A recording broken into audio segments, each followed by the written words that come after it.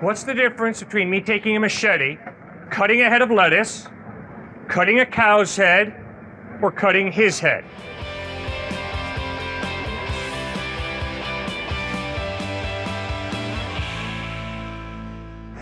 Like 600 years before Jesus Christ, yes. Mithras was also born December 25th, was also born to Virgin Mary, and was also resurrected on the third day, and was also crucified. And same as the god of Horus was also born December 25th, resurrected the third day, was crucified, the same thing. And like I feel like Jesus Christ is the same thing as like a Martin Luther King or a Gandhi. He died for, with civil disobedience. And I feel like it's the same thing. If someone were to write about Gandhi, it would have the same outlook as Jesus Christ. Like, what if he was just like another person that was, for the greater good of humankind? Like greater good, more greater good than what religion does to the world itself now. It's fascinating you raised that question, because yesterday I studied Mithraism, Osiris, and Horus. All right, great question. First point, Jesus was not born on December 25th. December 25th is simply a holiday that has been attached to the birth of Christ. So Christ was not born on December 25th, that's just a tradition. I was born of a virgin too, I just don't like to brag about it. What was the significance of Mithra? The significance of his life was he killed a bull. That's the whole focus of Mithraism. Mithra killed the bull. Sir, the idea that Mithra was crucified, the idea that Mithra rose from the dead, those thoughts occurred way AD. Hundreds of years after Christ. So was the New Testament. Pardon? So was the New Testament. No, the New Testament was written in the 1st century. You know how we know that? AD? Yeah, AD 1st century AD, after the birth of Christ. Right. In the so Gospels were passed on from other people that saw Jesus, and that people. It's like playing the game telephone. By the end of the time, you're gonna have a whole different story than what you started with. Okay. The Gospel of Mark, Matthew, Luke, and John were written by the eyewitnesses, or those who knew the eyewitnesses, in the 1st century. The way that we know that is Ignatius, Bishop of Antioch, in letters he writes in 95 AD, quotes the Gospels. Clement, Bishop of Rome, writing in 115 AD, quotes the Gospels. 1 Corinthians chapter 15, verses 3 through 8, the Apostle Paul writes, "What I received, I passed on to you as of first importance, that Christ died for our sins according to the Scriptures, that he was buried, that he was raised from the dead, according to the Scriptures." When did Paul write 1 Corinthians 15? Between 50 and 54 AD. Sir, that's within 25 years of the death and resurrection of Christ. So whoever told you that the Gospels were written hundreds of years after Christ, I'm sorry, they're inaccurate. They're wrong. We have a fragment of the Gospel of John today in the John Rylands Museum in Manchester, England. It's verses from John chapter 18, and it's dated between 117 and 130 AD. So, sir, it's obvious that the Gospels were written in the 1st century by the eyewitnesses or by those who knew the eyewitnesses. Now, the resurrection of Osiris is the only resurrection that is in BC, that predates the resurrection of Christ. So now you've got to study the resurrection of Osiris. And when you study it, sir, what you'll find out is he was sliced up into 14 different pieces. He was killed. Then what happened? His sister Isis went around finding his parts. She found 13 of the 14 parts. So she puts the 13 parts back together again. And what does Osiris experience? He does not experience a resurrection body the way Jesus Christ physically rose from the dead. Instead, Osiris becomes the god of the underworld, a spiritual existence. So you do not, sir, have a physical resurrection. You have a spiritual resurrection of Osiris.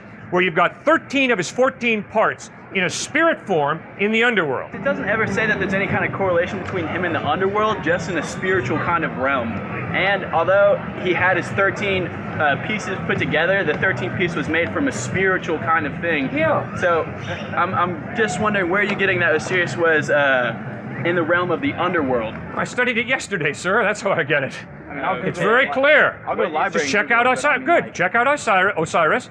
He's put together again by his sister Isis, and he rules in the underworld, in a spiritual realm of the underworld. Just because you're in a spiritual realm doesn't mean that it's an underworld. All right, fine. If you have a problem with underworld, fine. He's in a spiritual realm. So what's not to say that he was in the spiritual realm of the heavens? Well, it definitely doesn't say that, but if you want to add that, go ahead. But what it does say is that he was not a physical being. The resurrection of Christ is not a spiritual resurrection, guys. In Luke chapter 24, when Jesus appears to his disciples, they think, oh no, we're hallucinating. This is a spirit. And what does Jesus do? He comes right up to them and says, grab hold of me and see. A spirit does not have flesh and bone the way you see I have. What does he do to Thomas? He doesn't say, hey Thomas, here I am, the ghost. No. He says, right here, Thomas, take your hands and put them in the nail prints in my hands, and Thomas stopped doubting and believed. So obviously, the clear claim of the Gospels is Jesus physically died on a cross. 3 days later, he physically rose from the dead, and over a period of 40 days, he appears to over 500 people who see him risen from the dead. Does that make sense? Yeah, I mean, what my guess or understanding on that is where that information would come from other people's interpretations. So I'm not doubting that when the people were writing about this, that they didn't know what's going on, but they are writing their interpretations of what happened. And you're talking about that even some of the people just knew the eyewitnesses. Well, just knowing the eyewitness is not a direct link to the kind of information that's there. They're only giving their personal interpretation, and if we were looking under God's eyes, personal interpretations can be wrong. I agree. Good point. So, if I say to you, Well, it's all based on deception. I'm an atheist, is it fair for you to interpret me to be saying, I believe that God exists? Is that a good interpretation?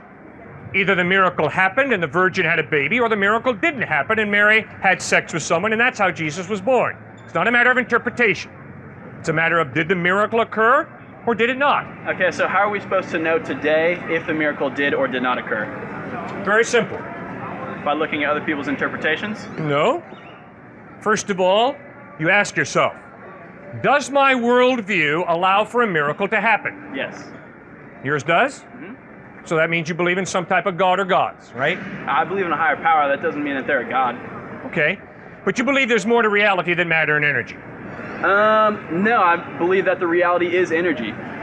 Okay, well if all of reality is matter and energy, how can a miracle happen? Because energy can be manipulated in the ways that we might not understand right now. Who's going to manipulate it? The conscious being. Okay.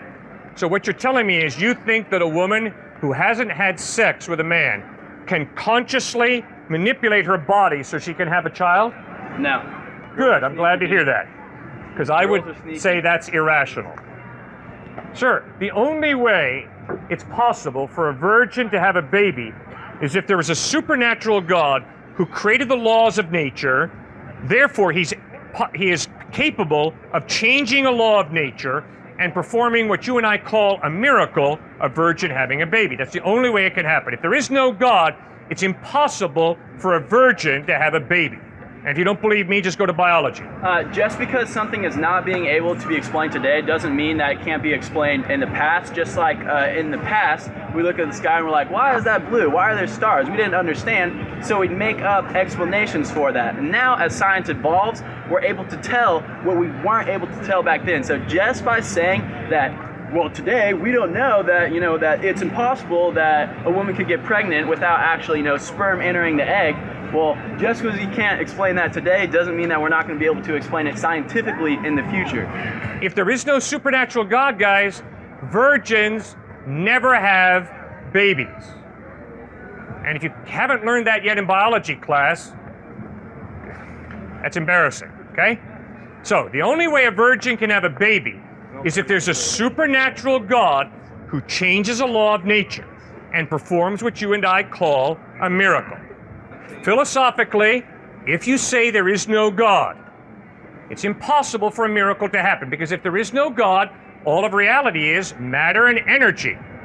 And matter and energy operate in a very consistent way. We call it the laws of nature. That's not true. The laws of science. Quantum mechanics. Thank you. Quantum mechanics. We're starting to show that the atom is all empty space. So we can look around and wonder how this matter is made up around us. It's all empty. Everything that we see is just projection from within our own mind. Within the last year or two. Wait. Say that last sentence again. Everything that we see is a projection of what's happening within our own mind, our own conscious, and all of the conscious together. That's what God is. God is not someone off up in the sky that's preaching down, looking down and be like, you sin, electric bolt, you're going to hell. No, God is a collective consciousness of everyone. I'm God, you're God, everyone here is God. Okay. Now, if what you say is right, that I cannot perceive reality, I just make up reality in my head with my perception. It doesn't mean you make it up, but you are able to interpret the reality differently than how you might interpret it right now. It doesn't mean that it's just, made up. It's how you perceive things. Really? Well, then where does your rational mind come from? My rational mind comes from my consciousness. What does that mean? My consciousness is basically how, from birth, my life perceives all of the information around it. I'm sure you know of the Trinity, body, mind, and spirit. When we're born, we are born with the spirit, the new mind, and a new body. So we have the collective consciousness, which is the spirit, which is in all of us. The body is the physical way that we experience the reality, and the mind is the mind that interprets it, the actual consciousness. What is spirit? Spirit is what a lot of people like to refer to as God. Spirit is the kind of consciousness that everyone has and is able to basically use. And what can happen is when all the collective consciousness comes together with the same intent, that is when a miracle is able to happen, because there's such a strong force behind it, the unseen force that has a lot to do with quantum physics, that unexplainable things start to happen. And just because we're not to explain it now doesn't mean that we can't explain it into the future when we start learning about new things, the quantum mechanics, the way that consciousness really works. What is spirit? Where does spirit come from? Spirit started from the great beginning. A lot of people like to call it the Big Bang, everything like that. There was one consciousness. You might refer to him as God. A lot of people refer to him as a lot of different things. And as that happens, God, consciousness, wants to experience life in as many ways as it can. So it might send consciousness as this guy right here. Intelligent, smart guy, he's experiencing consciousness in his own way. And then he might want to send it to some other person in India who grows up in some kind of temple, Buddhist temple, whatever. And he's experiencing his consciousness in a different way. So it is all of the same consciousness experiencing it in different realms. Does this stone have consciousness?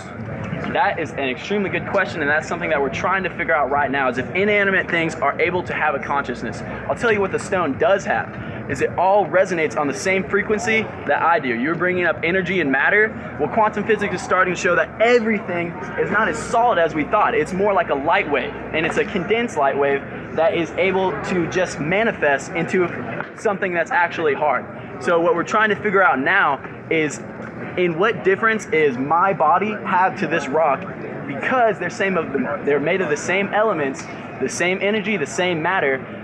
That is where the Buddhists get the idea that the observer, seeing, and the phenomenon are one and the same. They're not actually separate, because we are all made of the same building blocks, the same unit that our reality is constructed of. Sir, there was a Big Bang, right? About 15 billion years ago? What are you saying? There was a Big Bang about 15 billion years ago? How the universe started, I don't know. But do you accept the Big Bang theory or not? I contemplate it. Aristotle once said that it's a mark of an educated mind to be able to contemplate an idea without accepting it. Okay. So you don't accept the Big Bang, you just contemplate it. Right. Okay. Now, if your worldview is right, that consciousness is this vague thing, and that maybe this rock has consciousness. It might be. It might. Then why do you step on the rock and don't step on him? If the rock has consciousness and he has consciousness, why do you step on the rock and not step on him? Just because I'm stepping on ground doesn't mean that I'm inflicting any kind of pain or hate to it. What's the difference between me taking a machete, cutting a head of lettuce, cutting a cow's head, or cutting his head? Is there a difference? Yes, there absolutely is a difference. What's the basis? Because plants are a way that everything in this life receives nutrition. There is not a single way to deny that. Everything comes from plants. And just because you are using a plant doesn't mean that you're even, again, hurting it, inflicting any kind of pain, because you're cycling through what is known as life.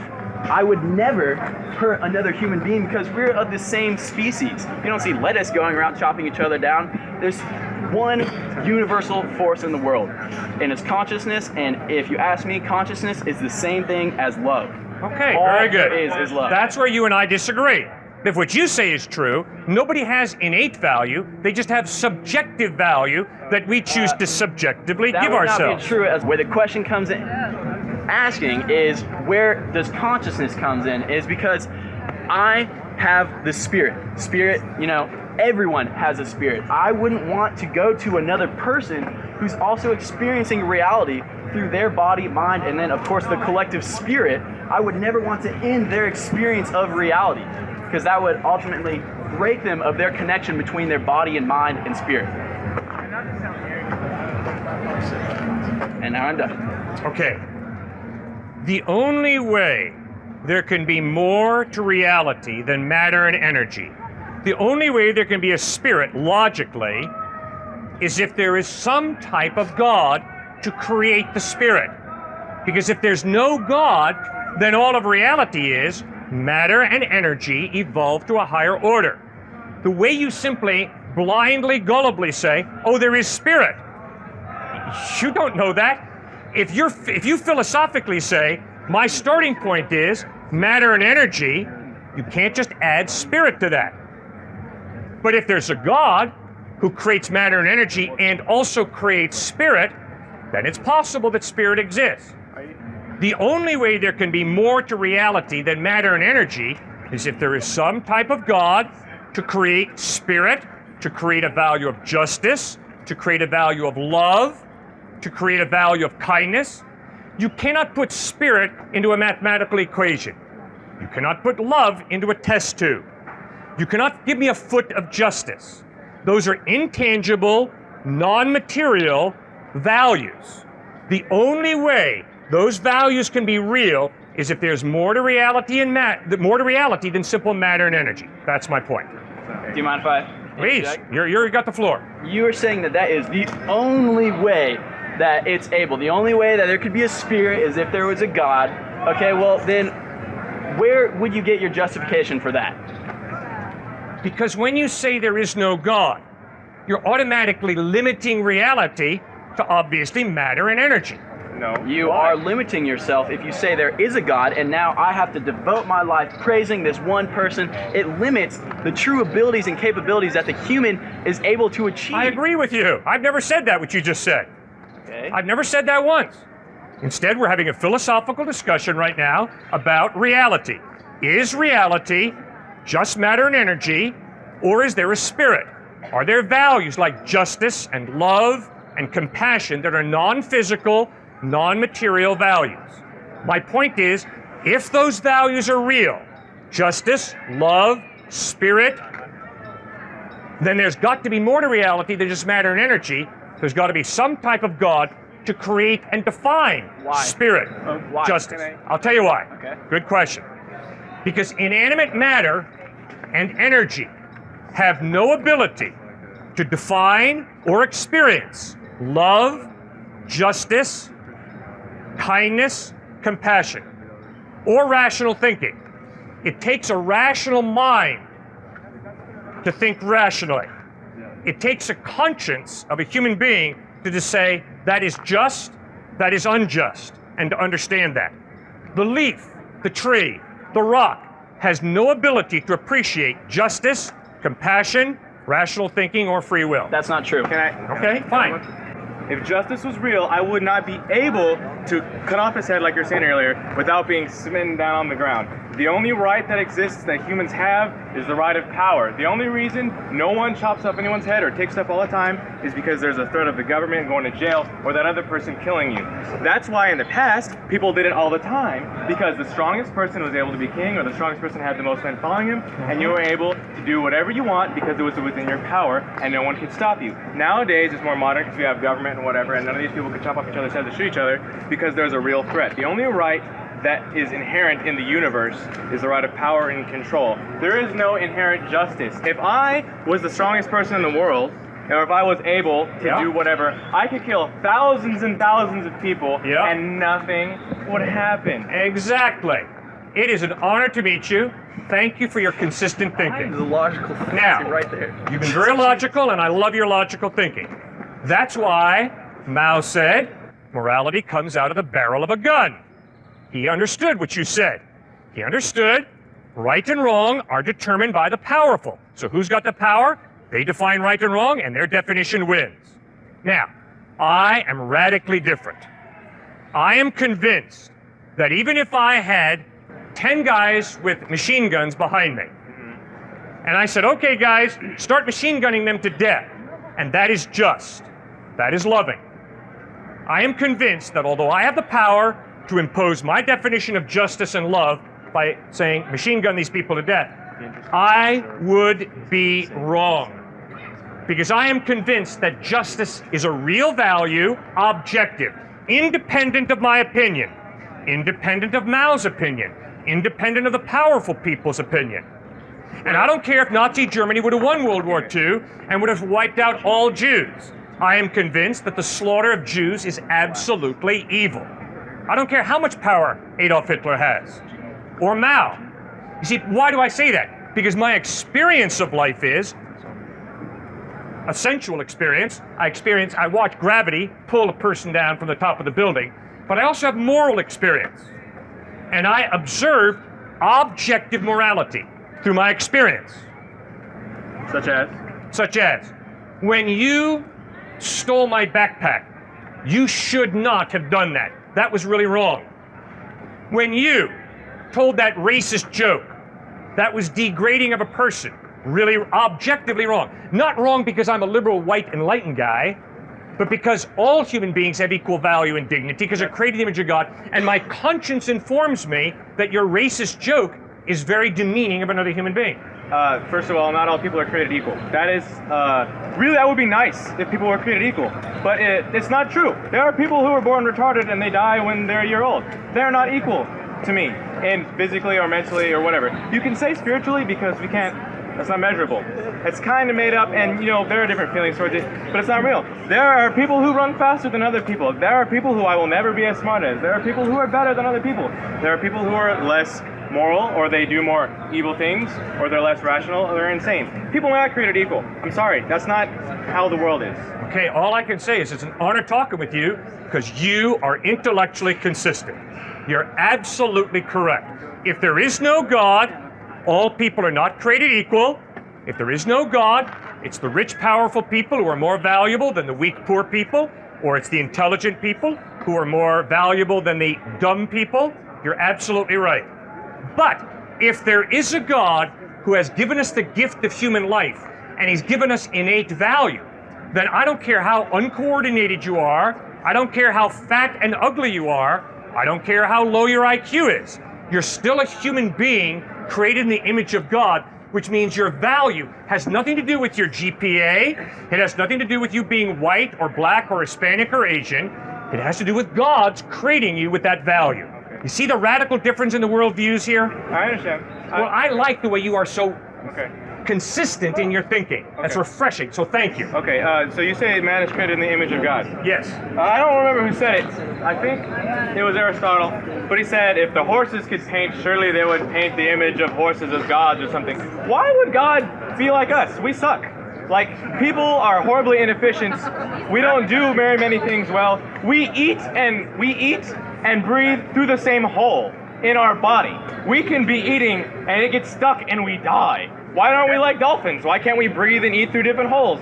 That's dumb. Why would he look like us? And you know, it's funny, if you go to paintings in Africa, God, what they paint as God, he's black. And if you go in Asia, he's Asian. And a European, he looks like a white guy with a beard. Yep. So why would we be in his image? Why? You make great points, sir. You're right. Now, the Bible says that God isn't a white man. God isn't a black man. God isn't an Asian woman or an Hispanic woman. God is spirit, which means God doesn't have a body. So you're right, sir. If anybody draws God as a white man, they're wrong, which means Michelangelo, ceiling of the Sistine Chapel. Big God with a big beard, barrel chest, big arms, white man, that's God. No, that ain't God. God doesn't have a body. So what does the Bible mean when it says that he created us in his image? It means rational thinking and creativity. Why would they not say that he created us in his spirit? Or maybe not use the word image? Because that's pretty clear. When you say image, but So, I think it would be what does better- it mean to be created in the likeness of God? It does not mean to be a white person or a black person or Hispanic or Asian. It means God, who is a spiritual being, created us with a mind, creativity. God's the creator, and he gave us incredible gifts of creativity. It means God, who is love, has given us the ability to genuinely love. It means that God, who is just, has given us a conscience, and we can distinguish between right and wrong, good and evil. That's what the Bible means when it says we're created in the likeness or the image of God. Okay. Does that make sense? Yes, it does. So if he created us in his image, the universe is really, really, really, really, really big, right? You bet. Really huge. And really It's old massive. also. It's very, very big. Yep. And the chance that other intelligent life does not exist is also really, really, really small. And I'm not saying God doesn't exist, because maybe he does. And we obviously haven't found alien life yet, okay? But I'm going to make a little comparison here. So chimps are the closest thing related to us in DNA, right? They're 1% different than us. And the smartest chimp can do some sign language, okay? We have 3-year-olds who can do sign language. And that difference comes from the difference in 1% of DNA. That is the difference in chimps and people, right? Okay, so say there's an alien race anywhere, doesn't matter where. And the chance that they exist is really, really high, because there's just too many, it's too big for it to not happen. Yeah. Now imagine that they're 2% in the same direction that we are from the chimps, away from us in DNA. Yeah. Our greatest accomplishments, like a chimp's greatest accomplishment learning sign language, would be absolutely nothing. Their toddlers of that alien race could also do that, and they would be vastly superior to us in just about every way that you could think of that's measurable. But why wouldn't the universe be created for them? They're better than us if they exist out there, which they probably do. Why would he only create the universe for us in his image? That makes no sense. The Bible never says that God created the universe for us. Never says that, so you don't have to worry. And if there's alien life out there, no problem. Bible never answers the question, is there alien life or not? Okay. It's totally silent, so there's no contradiction between us discovering aliens and the Bible. No contradiction at all. But how come it's us, That's the though? same thinking for dinosaurs. The Bible never says dinosaurs never existed, so if the evidence is dinosaurs existed, that doesn't contradict the Bible. Do you not feel a sense of loneliness or importance in the universe that maybe... Yes, it would I be- do. Yeah. That is one of the things that has driven me to Christ. Yeah, and- You're absolutely right. Yeah, There's a like- sense of yeah. loneliness. The question is Yeah. there a God out there who gives a rip about me? And Jesus Christ says yes. And he actually loves you. And he's drawing you to himself. G.K. Chesterton put it beautifully when he wrote, "The man who knocks on the door of a brothel is really looking for God." God has hardwired us in such a way that we long for intimacy. We long for relationship. And the amazing message of Jesus Christ is God desires you and me to live in relationship with him.